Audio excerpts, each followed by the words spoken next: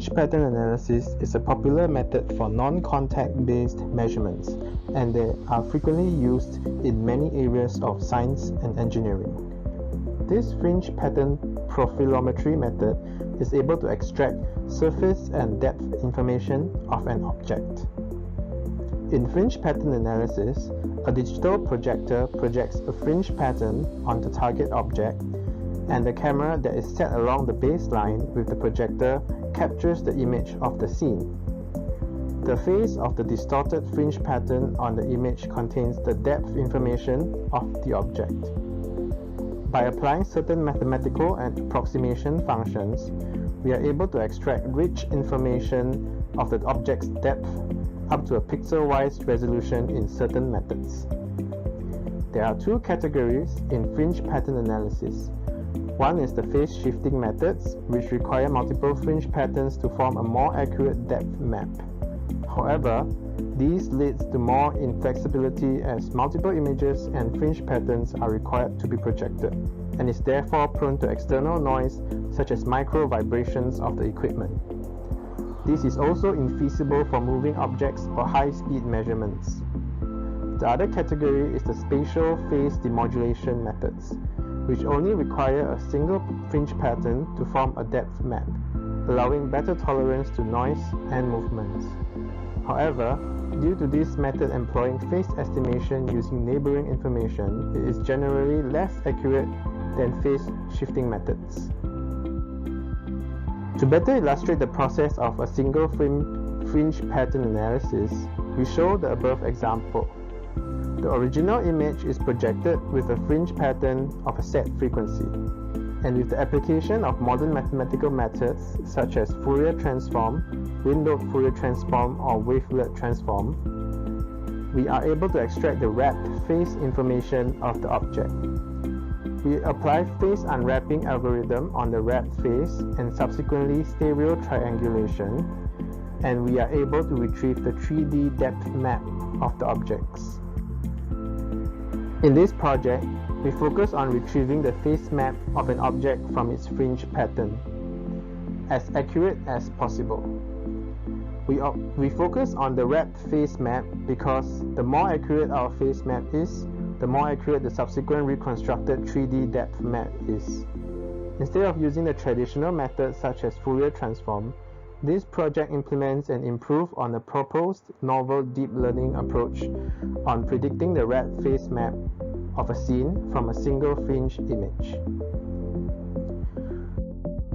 To understand how deep learning can be applied on fringe pattern analysis, we first have to understand what is and how does deep learning work. Deep learning is defined as a class of machine learning algorithms that uses multiple layers to progressively extract higher level features from the raw input. Most modern deep learning models are based on artificial neural networks, where the networks have more than 3 layers. Theoretically, the deeper the neural network, the better the performance of the applicable solutions. In deep learning, the to-go architecture for image-based problems are convolutional neural networks, otherwise known as CNNs. CNNs are shift invariant, that is, they are resistant to displacements in the input data, which makes it strong in deciphering a wide range of images. The main feature for CNN are their convolutional operation. As we can see here, the convolutional kernel slides over the image matrix, producing what is known as a feature map. The feature maps are then added across the number of filters or channels defined in the operation, and we have a final output, which will be passed through an activation function. Each feature map is able to extract different features from the image, for instance, the edges or the color of the object. In this project, we combine both concepts in fringe pattern demodulation and deep CNNs to achieve a superior fringe pattern demodulation method. The proposed model by Feng and others are shown below. The first part of the network, known as CNN1, predicts the background intensity from the fringe image. This serves as a baseline image for comparison and learning in the next part of the network, which is CNN2. CNN2 takes in the fringe image and the predicted background intensity and predicts the numerator and denominator for the arctangent function, which will generate the final predicted wrapped face for the object. To improve on the proposed method, this project identifies points that are potentially important to the network and modifies it for experimentation. For CNN1, we examine the effects of residual learning on the prediction of the background intensity. For CNN2, we examine the effects of level of perception of the network on the fringe and background intensity to better predict the numerator and denominator. The variables are shown as such.